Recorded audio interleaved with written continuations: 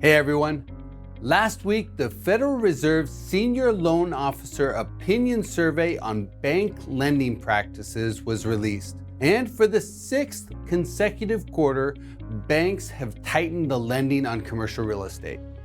Now, over the last year, I've highlighted how the buyer-seller expectation gap has been a key contributor to slowing commercial real estate transaction activity. But this week, I'm going to focus on the other major factor slowing commercial real estate sales, the tightened lending climate. Now, don't get me wrong. Lending is generally available for almost all types of commercial real estate. Most lenders are technically active, but the terms they're offering on debt capital has tightened considerably. Reflecting this trend, the average loan to value on commercial real estate has fallen from the 60 to 70% range, depending on the property type, location, borrower strength, etc., to the 50 to 60% range. Office properties face the most financing challenges, while apartment lending, backed by Fannie Mae and Freddie Mac, are most liquid. But lower loan-to-value ratios and higher debt service coverage ratios have weighed on commercial real estate sales activity.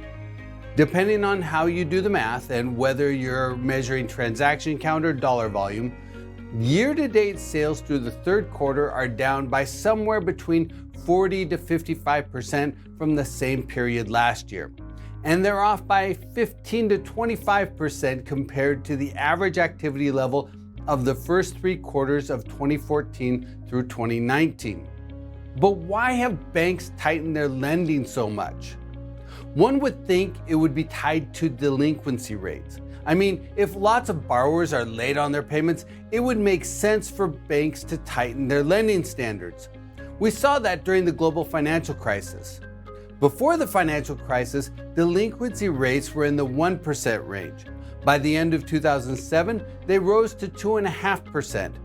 By the end of 2008, they were up to 5.5%, and commercial real estate delinquency rates ultimately peaked at 8.9% in the first quarter of 2010.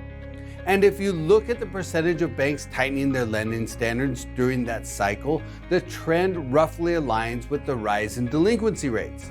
But as of the second quarter of 2023, the commercial real estate delinquency rate was just 0.84%. That's lower than any quarter in the 25 years from 1991 to 2016. So while there's a belief that commercial real estate faces significant delinquency risk, it hasn't shown up yet. And the media's focus on the risk commercial real estate poses to the banking system is probably overstated.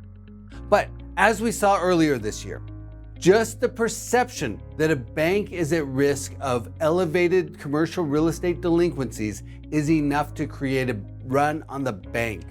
And that is the real risk for banks.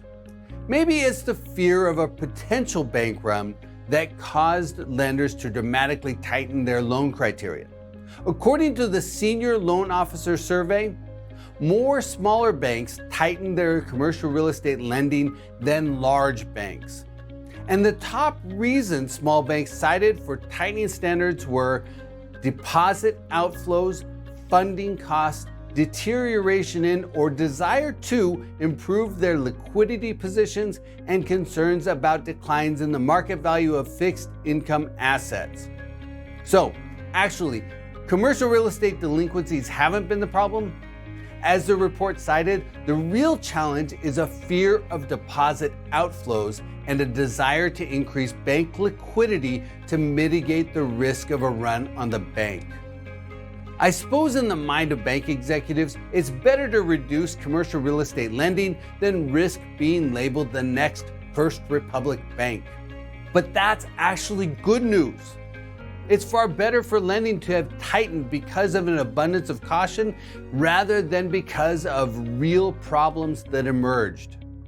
If delinquencies remain contained, as they have thus far, then the fear and caution levels should begin to abate.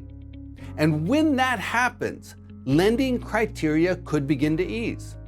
The timing will largely depend on 4 macro factors. First, we can't have any more bank runs.